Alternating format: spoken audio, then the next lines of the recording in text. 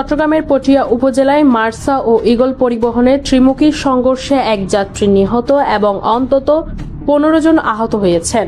বুধবার 18 মার্চ সকাল 10টার দিকে চট্টগ্রাম কক্সবাজার মহাসড়কের জলুয়ারদিঘি পার এলাকায় এই দুর্ঘটনা ঘটে। নিহত ব্যক্তি বাসী মোহন দাস, যিনি ঈগল পরিবহনের যাত্রী ছিলেন।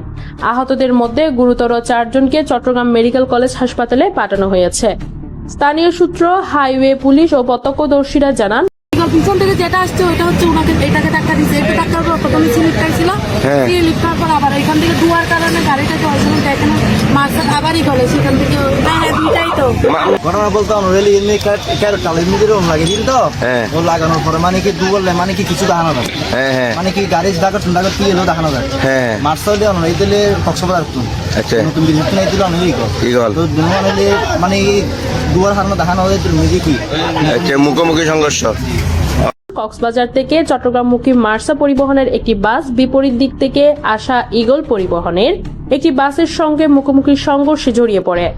এই সময় পেছন থেকে ঈগল পরিবহনের আরেকটি বাস এসে মার্সা বাসটিকে ধাক্কা দিলে ত্রিমুখী সংঘর্ষের সৃষ্টি হয়।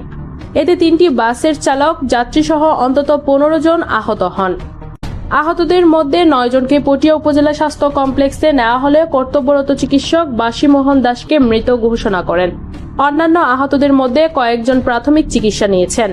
চিকিৎসক ডাক্তার সামিয়া রওশন জানান, গুরুতর আহত 4 জনকে উন্নত চিকিৎসার জন্য চট্টগ্রাম মেডিকেল কলেজ হাসপাতালে পাঠানো হয়েছে। প্রত্যক্ষদর্শী ও যাত্রীদের ভাষ্য অনুযায়ী দুর্ঘটনার সময় সড়কের পাশে খড়ের স্তূপ থেকে ঘন ধোঁয়া বের হচ্ছিল, যার কারণে চালকদের সামনে দেখা যাচ্ছিল না।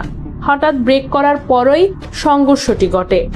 পটিয়া ফায়ার সার্ভিসের স্টেশন অফিসার রাশেশ বড়ুয়া জানান, খবর পেয়ে দ্রুত ঘটনাস্থলে পৌঁছে আহতদের উদ্ধার করা হয় এবং পানি দিয়ে খড়ের ধোঁয়া নিয়ন্ত্রণে আনা হয়। অতিরিক্ত ধোঁয়াই দুর্ঘটনার মূল কারণ বলে প্রাথমিকভাবে ধারণা করা হচ্ছে। এদিকে দুর্ঘটনার পর মহাসড়কে প্রায় 2 ঘন্টা তীব্র যানজটের সৃষ্টি হয়। বাংলাদেশ পুলিশের হাইওয়ে ও থানা পুলিশের সদস্যরা ঘটনাস্থলে কাজ করে যানজট নিয়ন্ত্রণে আনেন। ঘটনার পর এলাকায় শোকের ছায়া নেমে এসেছে। নিহত বাসী মোহন দাস আত্মীয়ের বাড়িতে যাওয়ার পথে এই দুর্ঘটনার শিকার হন বলে জানিয়েছেন তার স্বজনরা।